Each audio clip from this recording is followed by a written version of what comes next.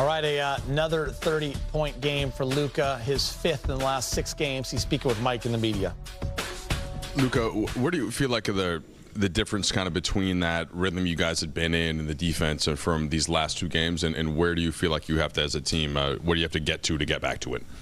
I think we just got to look back at the way we play on that 8-game winning streak. You know, we're physical. We play hell of a defense. And I think we just got a little bit satisfied, so we can't afford that right now. Did you feel like you were getting closer to that in the first half? JJ mentioned it. You build the 9-point lead until they have that good run to end the second quarter. Did you feel like there were elements of it tonight? Yeah, I think we started the game that way, especially that first half. I think we were playing great defense. You know, I think they made some tough shots in the first half. And the way we play first half, I think we got to play the whole game. The game of basketball is not just 24 minutes. It's got to be all 48. Luka, Durant told us postgame that he thought the third quarter offensive struggles that you had seeped into the defensive effort. Who's it incumbent upon when that happens? Who on the team should be speaking up or can recognize that and try to change that midstream versus have that happen the entire quarter? I honestly think it should be not just one person. It should be everybody. Everybody should be able to. Obviously, not always going to be everybody, but I think me and Bron, I think we should be the guys, you know, to do that, and that's on me. Obviously, I got to do better. I got to talk more. I think I talk in first half, then just kind of voice down, and I shouldn't do that. Luka, you referenced that 8-game winning streak. I think you guys are now 6-7 in March. Guys have been in and out of the lineup.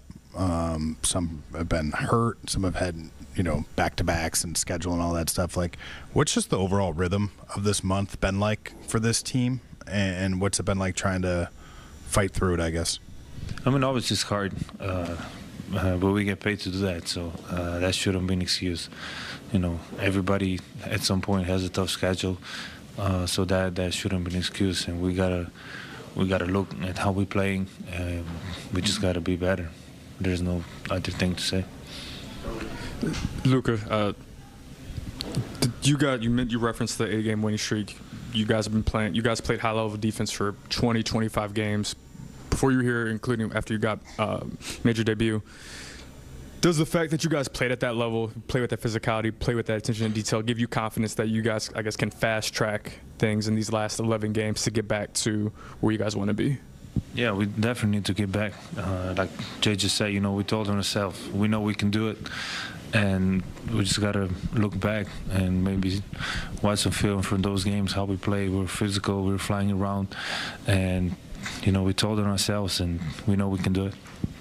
Luka, hemos visto un equipo de los Lakers cuando están en alta defensivamente con la energía, como en Denver, que ustedes no estaban jugando, y un juego como hoy, la energía bien baja. ¿A qué se debe? Es que los jugadores como tú y como LeBron han estado fuera, entrando, saliendo, e interrumpen un poco la química del equipo, ¿o a qué se debe? No sé, la verdad, si los hubiera no hubiera pasado, pero sé que había gente que estaba jugando, gente que no. También es difícil, siempre hay alguien fuera, siempre hay alguien que no está, y entonces para construir esta química tenemos que estar todos, y ahora mismo estamos todos y no podemos permitir que pase eso.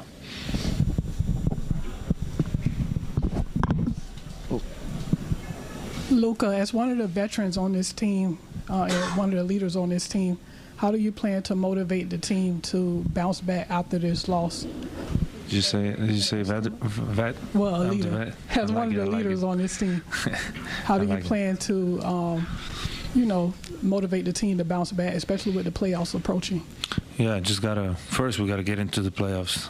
There's nothing guaranteed in this league, but I think I gotta talk more. You know, get everybody in position. Trying to be a good leader. You know, I'm still new to the team, but getting more comfortable talking more and more. So we gotta talk more, and then the last thing, we gotta be more physical on both ends. Luka, there's some really great duos in this league, yourself and LeBron. what makes Franz and Paolo so special, and what challenges do they pose for an opposing defense?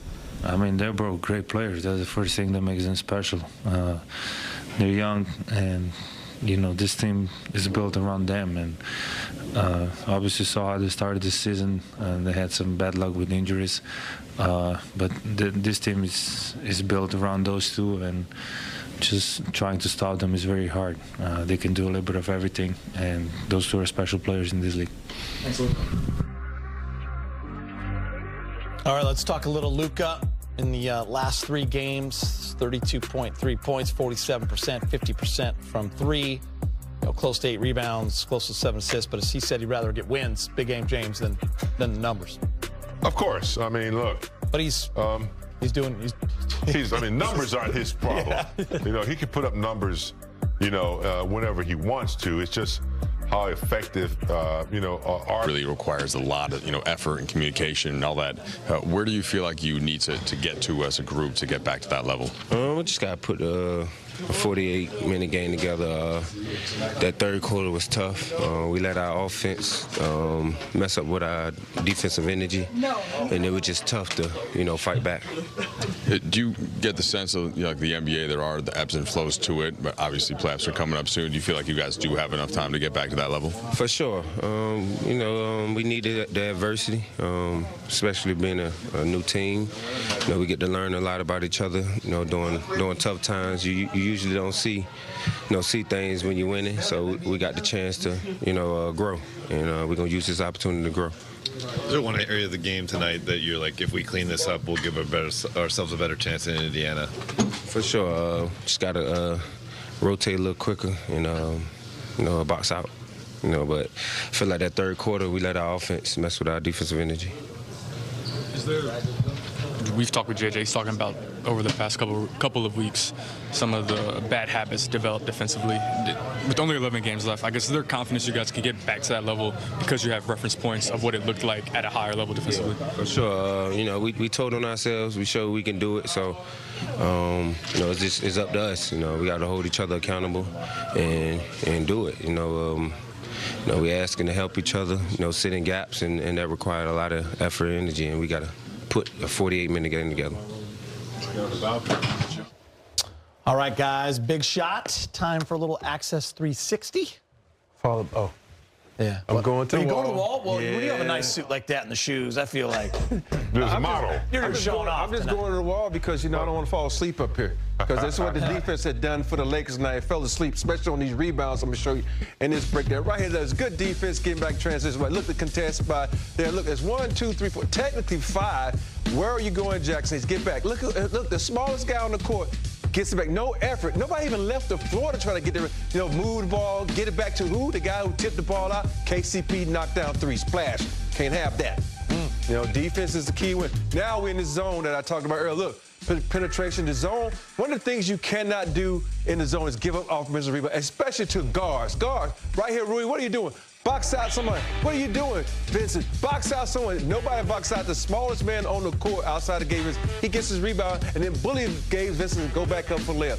Offensive rebound. Now we get a good shot right here. We got good defense, really good contest. I like that. But now we got to box out LeBron. Look around, move, and box out someone. If you just take one step to your right, you box this guy out. But look, wrong rebound. I know it didn't go to the elbows like it usually does. But that time they got out. Now you get the best player on the court. Splash, 3-point play. Jump shot. And that's one of the things about when you try to play a zone, from high school to middle school to even college, they tell you have to box out in the zone. You have to put your head on the swivel if you're going to try this zone because that'll kill you. You got to box out. You know that. Even that guy would know that. Everybody knows that when you play a zone, that's the main thing you give up is offensive rebounds. Yeah, I was a 6'1" power forward in high school, so I could box out. He knew how to box out. By the way, it's like a wedding suit. That suit is nice. Wow, 3-piece. I'm getting ready to go to a wedding after this. Oh, yeah? Great breakdown. Monday wedding, huh? It's a late night. That's a good time. Brez, LA struggling on the road. Yeah, Geet, 15-19 on the road. If you take the top 6 teams in the East, the top 6 in the West, guess who has the worst road record? The Lakers. Why is that pertinent now compared to a couple weeks ago? When they were second in the West, you could say, okay, We'll worry about the road in the conference finals if we get there and OKC gets there. That's what the Lakers' mindset might have been.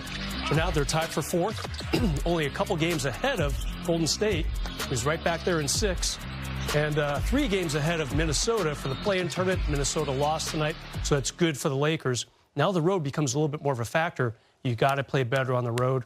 And a little oddity, even more odd now. Lakers now 13-15 against the East. That's not the power conference other than those 2 or 3 teams.